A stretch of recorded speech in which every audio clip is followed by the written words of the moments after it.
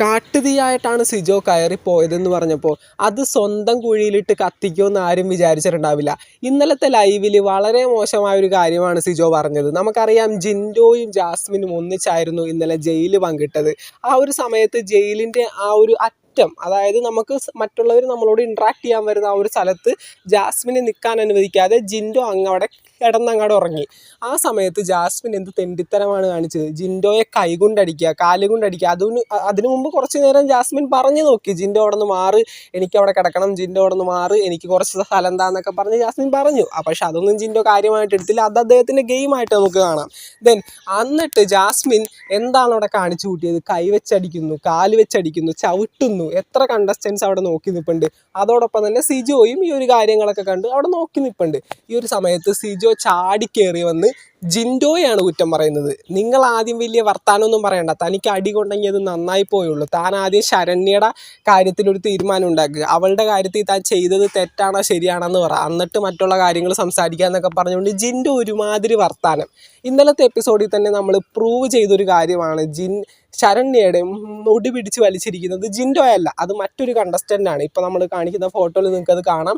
ജിൻഡോയുടെ കൈ അവിടെ മുഷ്ടി ചുരുട്ടി പിടിച്ചിട്ട് ശരണ്യയുടെ ബാക്കിലാണ് ഇരിക്കുന്നത്. ആ കൈ വെച്ച് ശരണ്യയുടെ ദേഹത്തോ അല്ലെങ്കിൽ തലയിലോ മുടിയിലോ ജിൻഡോ കൈ വെച്ച് പിടിച്ചിട്ടില്ല. മറ്റേതോ ഒരു കണ്ടസ്റ്റൻ്റാണ് അതങ്ങനെ ചെയ്തിരിക്കുന്നത്. ഒരുപാട് യൂട്യൂബേഴ്സ് അത് നമ്മുടെ ഗബ്രിയാണെന്ന് പറയുന്നുണ്ട്. അതിനെപ്പറ്റി നമുക്ക് ആധികാരികമായി അറിയില്ല. എപ്പിസോഡിൽ അത് വ്യക്തമല്ല, ലൈവിലും അത്ര വ്യക്തമായിരുന്നില്ല ആ ഒരു സംഭവം. കാരണം എല്ലാവരും ഒന്നിച്ച് നിൽക്കുകയാണ്. ടാസ്കിൻ്റെ ഭാഗമായിട്ട് ഉണ്ടായൊരു ഇടുവലിയാണ്. ഇതിന് മുന്നത്തെ എപ്പിസോഡിലും ടാസ്കിൻ്റെ ഭാഗമായിട്ട് ഒരുപാട് സംഘർഷങ്ങൾ ബിഗ് ബോസ് മലയാളം സീസൺ 6 സംഭവിച്ചിട്ടുണ്ട്. അതുപോലെ തന്നെ ഇതിന് മുന്നത്തെ സീസണുകളിലും ഇത്തരത്തിലുള്ള ടാസ്കിൽ പറ്റുന്ന സംഭവങ്ങൾ ഒരുപാട് പറ്റിയിട്ടുണ്ട്. ടാസ്കിലെ കാര്യങ്ങളൊക്കെ ഗെയിമായിട്ട് കാണണം എന്ന് തന്നെയാണ് എനിക്ക് പറയാനുള്ളത്. അതിന് വേണ്ടിയിട്ട് സിജോ ഇന്നലെ കാണിച്ചത് എന്ത് മണ്ടത്തരമെന്ന് ഞാൻ പറയുള്ളൂ. കാരണം ഈ ഒരു ഫിസിക്കൽ അസോൾട്ട് ഏറ്റുവാങ്ങി പുറത്തു പോയിട്ട് ബിഗ് ബോസിലേക്ക് വീണ്ടും എത്തിയ വ്യക്തി തൻ്റെ മുന്നിൽ വെച്ച് മറ്റൊരു കണ്ടസ്റ്റൻറ്റിനെ, ജാസ്മിൻ എന്ന വ്യക്തി, ചവിട്ടുന്നതും ഇടിക്കുന്നതും തൊഴിക്കുന്നതും നേരിട്ട് കണ്ടിട്ട് അതിനെപ്പറ്റി ഒന്ന് സംസാരിച്ച് ജിൻഡോയുടെ ഭാഗം പിടിക്കണമെന്നല്ല, ജാസ്മിനെ അതിൻ്റെ പേരിലൊന്ന് എന്തെങ്കിലും പറഞ്ഞൊന്ന് പിണങ്ങാൻ പോലും പറ്റാതെ ജാസ്മിനെ കൂട്ടുപിടിച്ചുകൊണ്ട് ഈ പറയുന്ന ജിൻഡോയെ ശരണ്യ കേസിൽ പെടുത്തി ഇല്ലാതാക്കുന്ന സിജോ എത്ര മോശമായൊരു ഗെയിമാണ് കളിക്കുന്നത്. സിജോ എന്ന് പറഞ്ഞ വ്യക്തി അവിടെ പ്രൂവ് ചെയ്യേണ്ടതുണ്ട്. ബിഗ് ബോസിന് പുറത്തേക്ക് പോയിട്ട് വന്നിരിക്കുന്ന താൻ നല്ല രീതിയിലൊരു ഗെയിമറാണെന്ന്.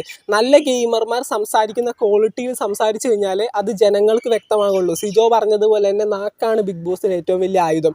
അത് വെച്ചാണ് അവിടെ കളിക്കേണ്ടത്.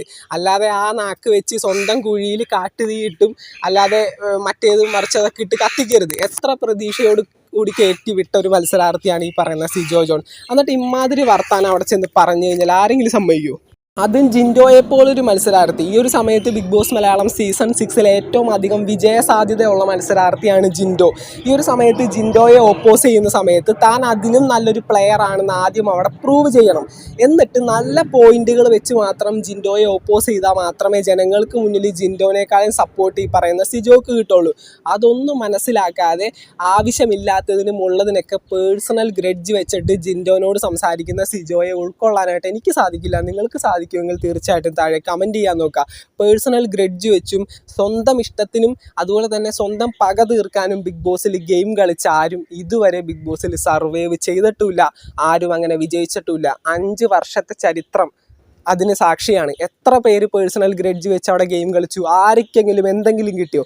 അതൊക്കെ പോട്ടെ, കപ്പ് കിട്ടിയില്ല, പുറത്തിറങ്ങി ജനങ്ങളുടെ സപ്പോർട്ട് കിട്ടിയോ? അതുമില്ല. ഒന്നുമില്ലാത്ത പോലെ ആയിപ്പോവും. ഇപ്പം തന്നെ സിജോ ബിഗ് ബോസ് ഹൗസിലേക്ക് വരാനായിട്ട് ഒത്തിരി പേര് ഈ ഒരു കാര്യത്തിൽ ഇടപെട്ടിട്ടുണ്ടായിരുന്നു. അതുകൊണ്ട് തന്നെയാണ് ഈ ഒരു സിജോയെ ബിഗ് ബോസ് ഹൗസിലേക്ക് കൊണ്ടുവരണമെന്ന് ബിഗ് ബോസിനും ഒരു തോന്നിയത്. കാരണം ജനങ്ങൾക്ക് ആവശ്യമില്ലെങ്കിൽ ബിഗ് ബോസിനും ആവശ്യമില്ല. ഇതിൻ്റെ ഇടയിൽ ബിഗ് ബോസ് വേറൊരു കളി കളിച്ചു. ഇതിൻ്റെ ഇടയിൽ ഈ പറയുന്ന സിജോ പറഞ്ഞ ഒരു കാര്യവും BB+ലും അതുപോലെ തന്നെ ബിഗ് ബോസിൻ്റെ അന്നത്തെ എപ്പിസോഡിലും വന്നില്ല. കാരണം ബിഗ് ബോസ് വിട്ട ഒരാളാണ്. അപ്പോൾ പുള്ളിയുടെ ആ ഒരു ക്യാരക്ടറിന് മോശമായിട്ട് വരണ്ട എന്നുള്ള രീതിയിൽ ബിഗ് ബോസ് കാണിച്ചത് ഇത്തരം അതിനങ്ങനെ തന്നെ പറയണം. ബിഗ് ബോസിൽ നടക്കുന്ന കണ്ടന്റുകളെല്ലാം പുറത്ത് വിടണം കുറച്ചെങ്കിലും. എന്ന് വെച്ചാൽ എല്ലാം ഒന്നും പുറത്ത് വിടാൻ പറ്റില്ല, കാരണം അതിനുള്ള സമയമില്ല. അപ്പോൾ BB+ലോ അല്ലെങ്കിൽ എപ്പിസോഡിലോ കുറച്ചെങ്കിലും ഈ ഒരു കാര്യങ്ങളൊക്കെ പുറത്ത് വിടണം. ഇതൊക്കെ നമ്മൾ ലൈവ് കണ്ട് റിവ്യൂ ചെയ്യുന്ന ആൾക്കാരുള്ളത് കൊണ്ട് തന്നെ എല്ലാവർക്കും ഇതിനെപ്പറ്റി അറിയാൻ പറ്റും. അല്ലെങ്കിൽ ലൈവ് കാണുന്ന ആൾക്കാർ നേരിട്ട് കണ്ടിട്ടുണ്ടാകും. എന്തായാലും സിജോ കാണിച്ചത് വളരെ മോശമായൊരു കാര്യം തന്നെയാണ്. തൻ്റെ മുന്നിൽ വെച്ചിട്ട് തനിക്ക് പറ്റിയതുപോലൊരു കാര്യം മറ്റുള്ളൊരു കണ്ടസ്റ്റൻറ്റിന് പറ്റുമ്പോൾ ഏറ്റവും കൂടുതൽ അത് ഓപ്പോസ് ചെയ്യാനായിട്ട് പറ്റേണ്ട ഒരു വ്യക്തിയാണ് ഈ പറയുന്ന സിജോ ജോൺ. സിജോ അത് ചെയ്തില്ലെങ്കിൽ അവിടെ പിന്നെ ആര് ചെയ്യാനാണ്? അപ്പോൾ നിങ്ങൾ പറയാം ബാക്കിയുള്ള നിങ്ങളുടെ അഭിപ്രായങ്ങളും കാര്യങ്ങളും. ബിഗ് ബോസ് മലയാളം സീസൺ 6 പുതുപുത്തൻ എപ്പിസോഡുകൾക്ക് വേണ്ടി ചാനൽ ഇതുവരെ സബ്സ്ക്രൈബ് ചെയ്യാത്തവർ തീർച്ചയായിട്ടും സബ്സ്ക്രൈബ് ചെയ്ത് സപ്പോർട്ട് ചെയ്യുക. വീഡിയോ ലൈക്ക് ചെയ്ത് കാണുന്നവർ ഒന്ന് ലൈക്കും കൂടി ചെയ്തേക്കാം. നിങ്ങളുടെ വിലയേറിയ അഭിപ്രായങ്ങൾ താഴെ കമൻറ്റുകളായിട്ട് അറിയിക്കാം. നമുക്ക് മറ്റൊരു വീഡിയോ കാണാം. താങ്ക്